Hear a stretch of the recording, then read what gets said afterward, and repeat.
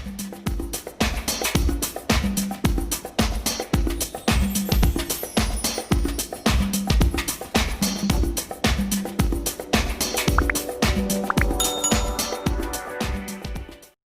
Friends, मैं हूं सृष्टि सैनी और आप देख रहे हैं नन्हे teacher YouTube channel. So friends आज का हमारा टॉपिक कक्षा 6 के पाठ 7 पौधों को जानिए है। फ्रेंड्स सबसे पहले हम पठनीय बिंदु देख लेते हैं जो कि आज हम पढ़ेंगे। नंबर 1 है पौधों के कितने प्रकार होते हैं। नंबर 2 है पौधों के विभिन्न भागों का परिचय। नंबर 3 है तना व इसके कार्य। और नंबर 4 है इस टॉपिक में कुछ महत्वपूर्ण तथ्य। फ्रेंड्स सबसे पहले हम नंबर 1 पॉइंट पौधों के प्रकार कितने होते हैं वह जान लेते हैं। पौधे मुख्य रूप से ऊंचाई, तने व शाखाओं के आधार पर 3 प्रकार के होते हैं। जैसे कि दोस्तों इस समय मानसून चल रहा है तो इस समय किसी भी प्रकार के पौधे उग जाते हैं। यहाँ हमें उगाना पड़ता है या कहीं पे बीज गिरे होते हैं वो उग जाते हैं। तो उनकी ऊंचाई, तने व शाखाओं के आधार पर वह 3 प्रकार के होते हैं। जैसे उनकी ऊंचाई कितनी है, उनका तना कैसा है, वह उनकी शाखाएं कहाँ से निकली होती है, इस प्रकार वह 3 प्रकार के होते हैं। नंबर 1 होते हैं शाख, झाड़ी और वृक्ष। तो फ्रेंड्स सबसे पहले हम शाख जान लेते हैं। शाख मतलब सब्जी। तो सब्जी वाले पौधों की ऊंचाई सबसे कम होती है। जो दोस्तों सब्जी वाले पौधे होते हैं उनकी ऊंचाई एकदम कम होती है, वो एकदम छोटे होते हैं।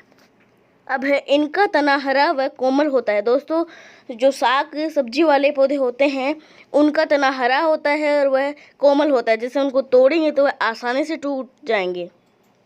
इनमें सामान्यतः नहीं होती है, जैसे टमाटर, मिर्च, आलू, बैंगन आदि।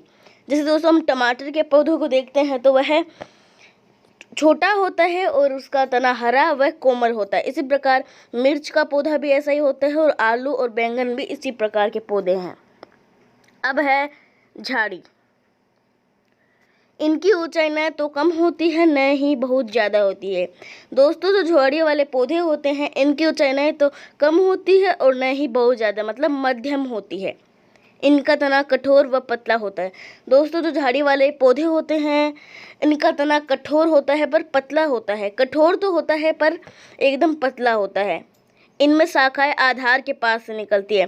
दोस्तों जो झाड़ी वाले पौधे होते हैं इनकी शाखाएं आधार मतलब जमीन, जो जमीन के पास से निकलती है इनकी शाखाएं, जैसे बेर, नींबू, अनार आदि। दोस्तों पश्चिमी राजस्थान में बेर का पौधा उगता है जिसमें आप देखते हैं कि उसकी शाखाएं आधार के पास मतलब जमीन के पास से निकलती है। इसी प्रकार नींबू और अनार की शाखाएं भी आधार के पास से निकलती है। अब है वृक्ष। इनकी ऊंचाई सबसे अधिक होती है। दोस्तों जो वृक्ष होते हैं उनकी ऊंचाई सबसे अधिक होती है। जो शाख, झाड़ी की अपेक्षा इनकी ऊंचाई सबसे अधिक होती है। इनका तना अत्यधिक कठोर व मोटा होता है। दोस्तों वृक्ष का तना एकदम कठोर होता है और वह बहुत मोटा होता है। इनमें शाखाएं जमीन से अधिक ऊंचाई पर तने के ऊपरी भाग से निकलती है। दोस्तों वृक्ष में शाखाएं आधार के पास से नहीं निकलती, आधार से अधिक ऊंचाई जहाँ पर तना समाप्त होता है वहाँ से इनकी शाखाएं निकलती है। दोस्तों झाड़ी में तो शाखाएं आधार के पास से निकलती है पर वृक्ष में शाखाएं जमीन के ऊपर जहाँ पर तना समाप्त होता है वहाँ से निकलती है, जैसे आम, शीशम, नीम, खेजड़ी आदि।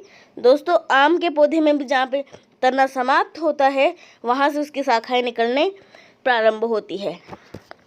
दोस्तों हमने पौधों के प्रकार जान लिए हैं जिनमें मुख्य रूप से 3 प्रकार के होते हैं, शाख, झाड़ी, वृक्ष।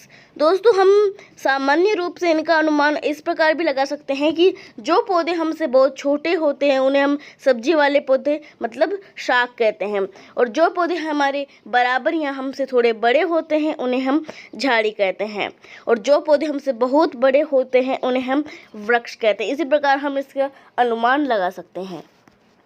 अब है पौधों के विभिन्न भाग। पौधों के निम्नलिखित भाग होते हैं। दोस्तों जो मुख्य रूप से पौधों के निम्नलिखित भाग होते हैं वह है तना, जड़, पत्ती, पुष्प, ये पौधे के सबसे मुख्य भाग होते हैं।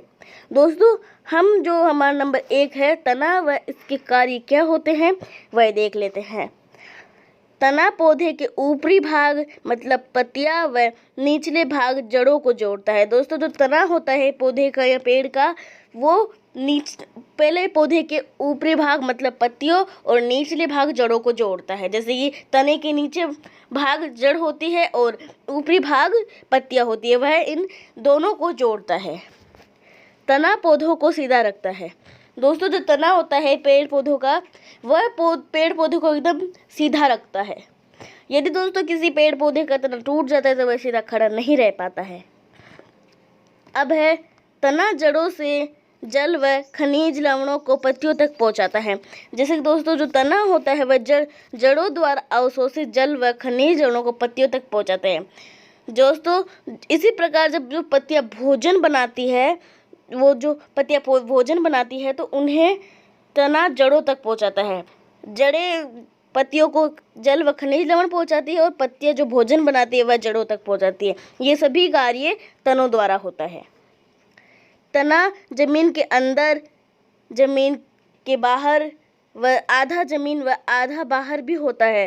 जैसे कि दोस्तों तना जमीन के बाहर कौन कौन से पौधों में होता है, आम, नीम आदि में तना जमीन के बाहर निकला होता है। इसी प्रकार जमीन के अंदर आलू, अदरक, अरवी आदि में तना जमीन के अंदर होता है। इसी प्रकार आधा जमीन व आधा बाहर भी तना पुदीना व घास में होता है। दोस्तों हम पुदीना को देखते हैं तो वह आधा जमीन के अंदर होता है और आधा जमीन के बाहर, और वह काफ़ी दूर तक फैला हुआ होता है। इसी प्रकार घास भी ऐसी ही होती है।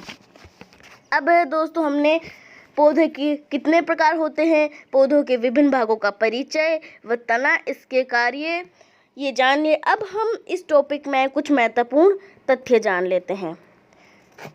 नंबर 1 है विसर्पी लता। ये अत्यधिक कमज़ोर तने वाले पौधे हैं जो कि सीधे खड़े नहीं रह सकते हैं तथा ज़मीन पर फैल जाते हैं, जैसे तरबूज, लौकी, ककड़ी, टिंडी, खरबूजा आदि। दोस्तों विसर्पी लता, इसके नाम से हमें पता चल रहा है कि कैसी लताएं होती हैं।